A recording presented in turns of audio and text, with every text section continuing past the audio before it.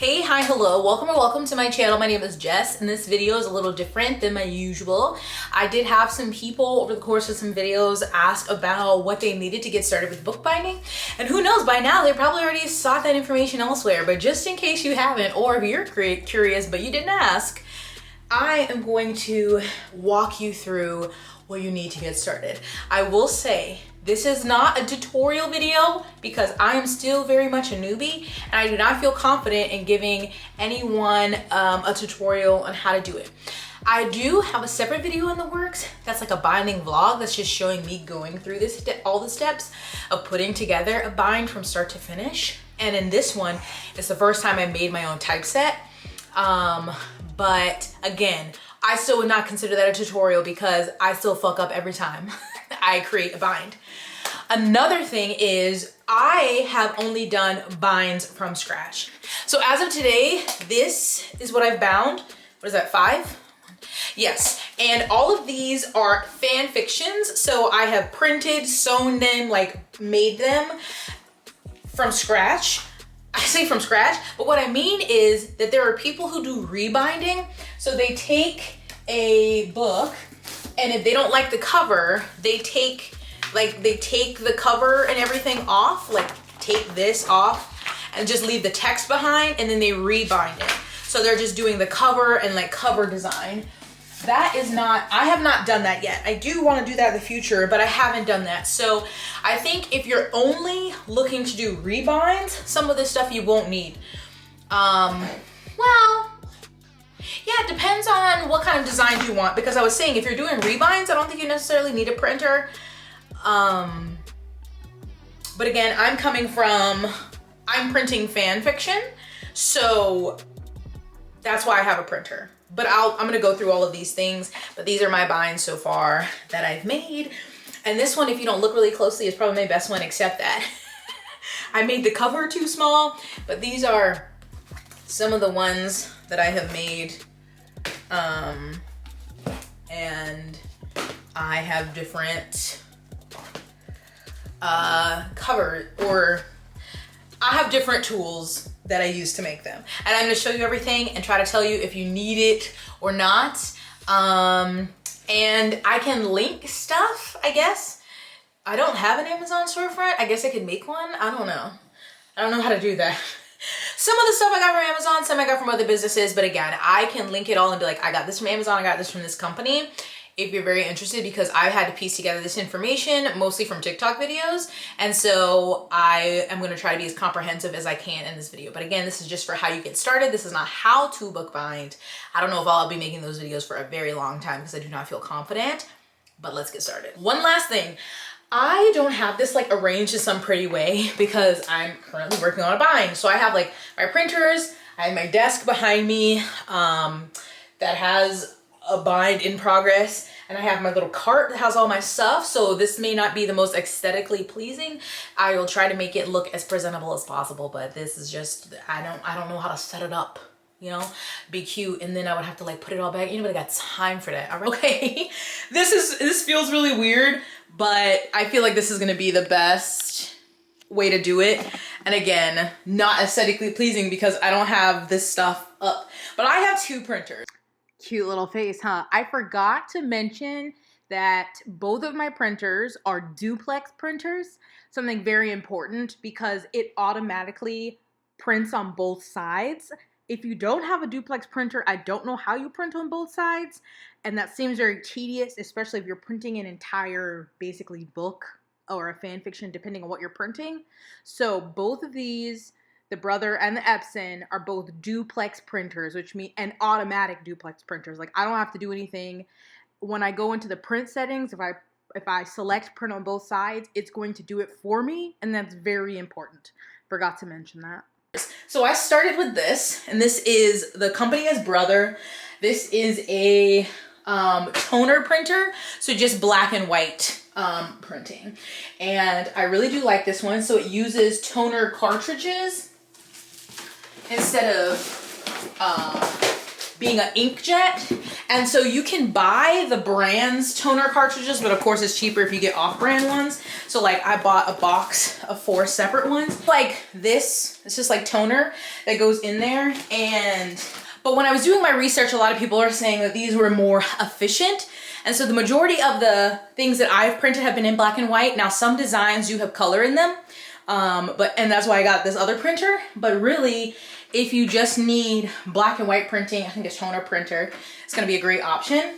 This other printer is an Epson Eco Tank. And so instead of printer cartridges, the ink comes in bottles like this and you just fill this little tank thing here. And so you can always see how much ink, and this is definitely more of an efficient way than getting cartridge ink. And again, I have only printed one full thick from this.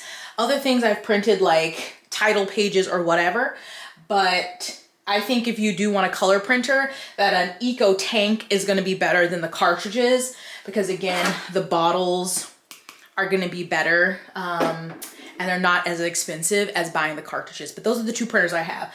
The stuff on top of here is kind of getting ahead of where I wanted to go, but it's right here.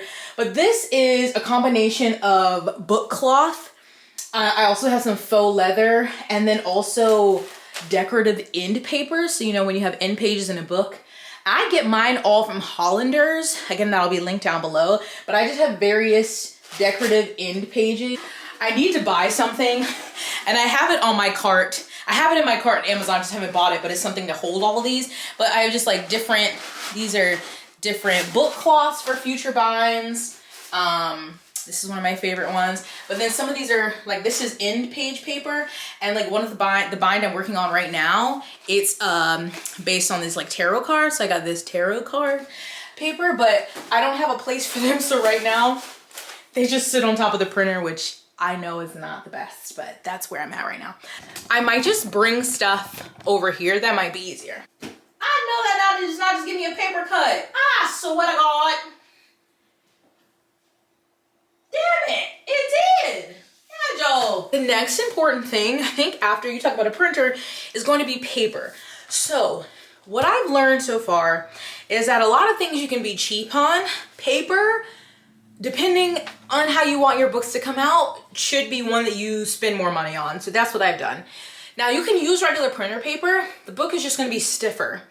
What you want is short grain paper. So I order from this company called Church Paper, and they are based in Tennessee, and they know about bookbinders. So like they have like a specific one you can go choose. And the kind I get is short grain, hammer mill, smooth cream, 24 60-pound, 11 by 8.5, 500 sheets, but they cut it in half. So that's what you want, is you don't like, it's a bigger sheet and they cut it and it's just different. I don't know how to explain. Just know that you need short grain paper, and this is where I get mine from. But again, it's not this white, it's more of a cream color. I don't know if you can tell. Well, look, this is white printer paper and this is the cream bookbinding paper. But yeah, it's just, it makes for a floppier, easier to read bind. And again, so I don't know if it's 1 ream or 2 reams. Oh, I got 2 reams.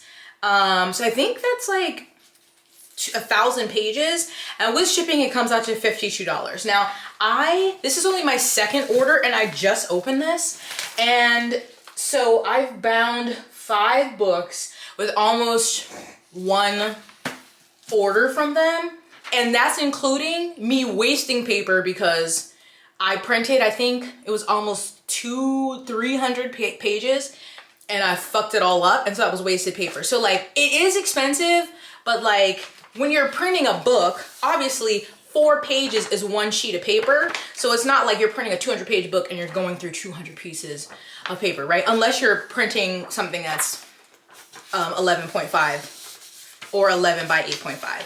So that is the paper that I use. And I got that from in some bookbinders online, and I'm sticking by Church Paper. Wow. Trying to get that sheet back in there. It's important. We can't be wasting paper. I was like, did I press record? Another thing to have that's really helpful is construction paper or cardstock. So I have just like all this. I bought like a I don't know, I think I went to Michael's and just got like a pack of different colored cardstock, and they come in handy for various things. You can do end pages, you can use it to support your spine in bookbinding. It depends, you can use them as part of your cover material. So I just have all of these different colors of cardstock that come in handy. And then another thing, if you're binding or even rebinding, you're going to need is book board. Now, I bought some cheap book board and I still have some, so I'm gonna finish using it. But someone was telling me that this is another thing you should spend more money on, because we want short grain paper, but you want long grain, I believe, in the book board. I'll need to look at her message to confirm that. And so I got this cheap package off of Amazon, but I still have some left. This is what you're gonna cut out to make your actual cover if you're making a hardcover. I haven't made a paperback yet, but I am going to invest in some thicker ones because they're just better quality, get a better finished look. But you can obviously start out cheaper and just get this book board, bead board, whatever you wanna call it, on Amazon. It still will make a book, just may not look exactly how you want it to look. Okay, my desk is a mess. Originally, I was like, let's go over there. Let's not. I wish I had gotten a bigger one, but, and like, what is this called? An activity mat is definitely gonna be something because of like all the cutting and stuff you're gonna do, and these like can take the marks. So I don't know what size this is, 16, a 10 by 16, or a little bigger than that. And they have bigger ones, and I wanna get a bigger one. But you need some kind of mat at least, so when you're cutting and stuff, that you're not cutting into your desk or your table. But another thing you'll need is a book press. And so I just bought this cheap one off Amazon. You can make them from cutting boards and like some washers and bolts or whatever these things are called. Some people just buy big clamps and you can just do that. Or some people just buy the boards and clamps. Really, you just need something to press it down, because when you print it and fold it and everything, you need to compress it. So some people just stack a bunch of books on it. You don't need to get a traditional like book press, but I just got this one. It was, again, cheap off Amazon, to tighten it down to like condense the text. But you can substitute a lot of things. You can make whatever at home. You don't have to buy one, but you need something to press your text before, like, in your process of binding. Other things, rulers. I have about 3 or 4. If you get a ruler that's just like a straight ruler, make sure you get like a cork back so it's not slipping, or like a 90-degree ruler, or there's also like the T rulers are really helpful. I also have, this is like a knitting, I think, one that can be handy, but multiple rulers, you'll find which one that you prefer. Obviously you need glue, and you need neutral pH glue. I get this kind, again, it's from Amazon. This was the first bottle that I had, and this little bottle got me through those 5 binds, and I just got this big one. But I think if you use like regular glue, I think that's gonna like degrade over time, or like it's gonna break down or destroy the book or something. I may not know the science behind everything, but I know that this is what you need. You need neutral pH glue. Also, I have so many things. I bought these little, I don't even know what they're called, little things off of Amazon, just to put my glue in. Some people use a mug or an old glass or something, but this is just what I use. And then I use a silicone brush. Some people use a real paintbrush. I've seen some people use a foam brush. I like the silicone brush because when you put the glue on it, then it just dries and it's easy to just like peel off. But that's what I use for glue. Additionally, you need something sharp. Box cutter. You're going to need that. I also have a rotary cutter, but you need to be careful with this because this is the first time I was using this and that thing went, and this thing is sharp.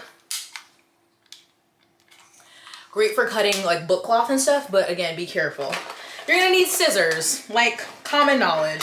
A bone folder is gonna be something, and a lot of these things are cheap, and like Amazon and stuff sell a lot of the stuff in like packs that'll come all together. But like a bone folder, I think I have like 3. Like multiple came in, but it's for when you're folding pages, you need that. Like a pencil, of course, that's gonna help you. Another thing, and I want better ones, but I just have really cheap ones that I started out with. And see, like my kit came with this kind of brush, but I don't use it. But you can use that. And again, this was like a kit that I got on Amazon. You need especially if you're binding and you're not rebinding, you need an awl, I think this is called, to like stab the holes in it so you can sew it.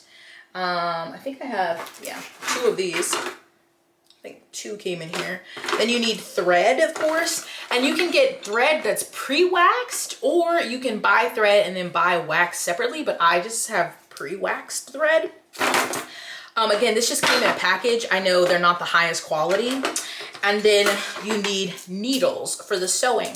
Now, this came with straight needles, which I tried and I don't like that. I prefer to sew my text blocks with a curved needle, so I got that separately. And then the other thing that I was saying that I have that I want a better quality of, and these just aren't the best sizes, are these T-spacers.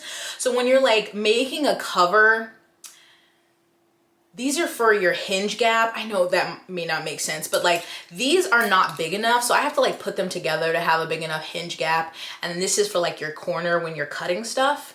But what I've seen is the hinge gap spacers, people use between 7mm to 10mm. So it just kind of depends on what you want. But like this one just by itself is not big enough. So like I want another one, but I've just been making do. And then when you're cutting like your book cloth or whatever, you put this on the corner so you can get a nice corner before you fold it. But these are just, again, cheap from Amazon. So I think those are like, I'm trying to think what else I have. I also have this, which is like for paper. This was pretty cheap. I mean, it's just like a plastic paper cutter. So when you're trying to cut like one thing, when I'm cutting cardstock or just very small things, this is useful, but not for cutting a lot of text. I have a bigger paper cutter for that. This one is not finished yet because I'm doing something different to this one. But once you have your text together like this is just sewn and glued, you support the spine with, again, some cardstock that you can cut down and put here, but also mull, I think this is what this is called. I bought like one and it's so much, and you just cut a little piece that also goes along the spine. And then you can also buy these like little things to put at the end, like when you look in a book and there's something right here. I'm trying to, let's see, like this. When you look at a book and there's something like right here, kind of on the text, you can buy these, what are these called? Headbands. So this pack of headbands, all these different colors that you just cut down to go on your text. You don't have to have them, but if you want them, there's that. And I feel like those are like the essential things that you need, because the cover design is going to come down to you. So obviously you need the printer, you need paper, you need the scissors, sharp object, glue, rulers, and then the mold, the bone folder, the awl, stuff like that. Also, if you're making a really big book, you might want to get like, technically it's called like tapes to put like under here if you have a really big text, but you don't have to. It's just really helpful. Those are the main things. I think I've covered all of the main things. Now, additional things. I at first did my first bind. I printed the cover at FedEx. So I made the design Canva and I sent it over to FedEx and got it printed. And so when I did the cover, I fitted the book cover or whatever, the hard cover, and then I ended up gluing on that cover.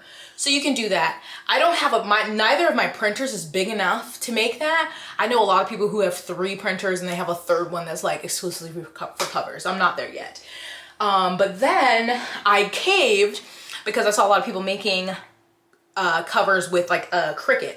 I don't have a Cricut. I have a Cameo Silhouette, or a Silhouette Cameo. Because I was just looking and I like that the software for the Silhouette you buy one time instead of, I think Cricut is a subscription. So I went with the Silhouette Cameo. It is, I don't know, monitors, if you can see it. So that's what I have. And at first I was trying not to have to buy that, and you still don't have to buy that, but it has helped in making different designs. Like this obviously is cut out from that machine. So if you get one of those, basically it's a vinyl cutting machine, then you have to buy the vinyl. So what I started with, so heat transfer vinyl is what it is. I started with a multi-pack, and then I had to buy separately, like gold, I've used a lot, so I had to buy a separate one of those. But like, it's just this, it's like this material, and your machine comes with the mat, but essentially you create your design, whether that's in Canva or on Procreate. Again, I did this in Canva, and you send it over to their technology, and then you decide what color you are going to want to print that in, and the machine cuts that out. So now it doesn't come out looking like this. It comes out and you have to weed it. So essentially the whole thing comes out, and you have to go through and like take out all of the, it's not dead space, but technically they're like this, because you have to go through, I don't know, I think I had it in a vlog one time, I don't know how to explain it, but it will cut out your design, but it's still the whole sheet. So you have to you have to peel off the pieces you don't need, and then you're left with your design, and then you have to use an iron, which I bought a little cheap one, to iron that on to your book cloth and for your design. So you, again, don't need that, but it has helped me make more designs that I like. And I feel like I need a better iron, but that's another thing. But see, well, this is a little janky, but this end page I just did is just cardstock on the end pages. But yeah, so you don't need that, but if you do get that, then you're gonna have to buy the vinyl.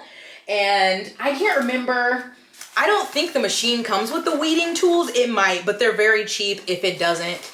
And then you also need the heat press. I'm sure you could probably use a regular iron. I don't know, I would check. But I was like, I didn't have an iron, and then I realized I did have an iron. That's not the point. Other ways you can do designs, you can also use, what is this? This is like toner reactive foil. So I tried this first. You need a laminator for this. So this foil, essentially you print something on a toner printer, then you put this foil over it and you run it through a laminator, and the heat and the toner react to put this over whatever font or image you have. It just didn't come out how I liked it. The laminator was like, I think $30, and I've used it since then to laminate other things, so it's not a total bust. But I have not done this way a lot, but that is a way to get more designs and like colors in your designs if you don't want to buy like a Cricut or a Silhouette machine. Additionally, one of my latest purchases, this one I'm gonna have to go down to the floor, is a guillotine. So most of my books up until my last one, they just have deckled edges because I didn't have a guillotine, because they're pretty expensive for ones that you can cut a lot of paper at once. And like, I don't mind the deckled edges, but I did want to try to trim it up real nice. And so, and also for paperbacks, and again, you can leave them all deckled or whatever, but I wanted to elevate my binding, so I'm going to show you. I don't know if this is a good view of this, but this is my guillotine. So you move it in and, you know, tighten it or whatever. This part is on the side, but yeah, it's got a big old thing, and bam, you cut your thingies. And it's supposed to be like a 400-ish page max. I did cut something that was like 420 pages and it was fine, but it is pretty bulky and heavy, so it is just kind of sitting here on my floor. It's not in the best place. But again, you do not need this, but if you want to make them really nicely trimmed, you are going to need a big paper guillotine like this, because most other ones only cut maybe 20 or 30 pages, maybe. And so you have to get a big one to cut a text block, essentially. Oh, and I think one thing that I left out is, I don't even know what you call this, and again, I just have a basic cheap one from Amazon, but when you print out your pages, and I said you need this all to do like the stabby before you sew it, One of these is very helpful, and I guess you don't need it, you can measure it yourself. But like I have one of these and it's pre-marked where I should punch the holes, so I can punch the holes in the same place every time. But essentially this like unscrews and you put the little booklet, because you don't print the text out and just like fold it into one. They're folded into different things called signatures. So you put that one in the middle and then you just like, you know, tie this down so it's secure, and you jab it so that you have the holes for where you're going to sew the text. Whew. I think that's it. Again, I could have forgotten something. I've been putting this video off because I'm like, I feel like I'm gonna forget something, and I probably did. But I think for the most part, that's everything for bookbinding. And of course, it's not cheap. Let me tell you something. It is not a cheap hobby. If you, I'm all lopsided. It's not a cheap hobby by any means, because printers aren't cheap, paper isn't cheap, ink isn't cheap. And if you keep doing it, you run out of things and you have to rebuy them. But it has been a very frustratingly rewarding hobby, because it's even though I'm watching tutorials and stuff, it's something that takes a lot of my attention and focus, and like something I have to do with my hands, and that I really like that. Even when I get really frustrated and challenged, I'm like, this is just for me, because obviously selling fan fiction is illegal. I'm making these because these are some of fanfics that I've loved and I would like a physical copy of. And again, I would like to rebind eventually, because there are some books that have a hideous cover and I would like it'd be cool to make a new cover. But so it's not for anyone but myself. I know there are people who have rebind Etsy shops, and that's not what I'm doing. That's not what I'm interested in. I'm interested in this for literally for me. So it's like I can take my time, and sometimes I've spent weeks, usually weeks. I usually don't get a bind done that quickly, because even just like thinking about what I want to do for the cover, what color I want to do, takes me time. But I also like that, because I think we just do everything too quickly now, or we want everything too quickly now. And I still struggle with that, but this is something where I'm like, slow down, because then you're gonna fuck up, because I have done that, been trying to do something too quick and then messed up. And again, you're already spending all this money. So I'm like, I don't want these things to go to waste. So if you are into bookbinding, or you're interested in getting into bookbinding, I would love to know. Please tell me down below. Again, I will list everything, and I will link where I can to where it came from in the description below. But please, please, seriously, if you do join this hobby, I would love to chat with you about it, because it is so hard. And also, if you do start, please don't get discouraged. It is so easy, because of course, as the internet, we post our highlight reels, so you will see beautiful, glorious binds that look perfect, like look better than any publisher has come out with. And it is really frustrating to look at that and yourself be like, why is mine like this? Why is mine crooked? Literally, one of my binds, I was all finished and I was excited, and I realized that I glued the text block upside down and backwards. And like this one, I did the cover for, and I redid it because I cut it too big. It's still a little too big, and it'll have a good crease right here, which is another thing about why getting more expensive board is more worth it. Some of these pieces are coming off the back because the iron didn't glue it down. You see how short this is? This is not the full, it's not cut appropriately. Like, look at this. Janky, but it's still, at the end of the day, it's still readable, and I still bound this book. Like, I made this and I'm proud of it. So don't give up, but just, you know, maybe think it through a little bit before you start buying all of this stuff. And I think I'm trying to look around and make sure I didn't forget anything. Did I forget anything? No. Something you can't buy: patience. Patience, and try again. Okay, so I think that's it. Thank you. I hope you enjoyed this video. Again, let me know if you'll be joining me on this journey, and I wish you all the luck if you are starting on your bookbinding journey. So stay blessed, hydrated, moisturize, and sunscreen, right? I don't know. I'm delirious. I'll see you in my next one. Bye.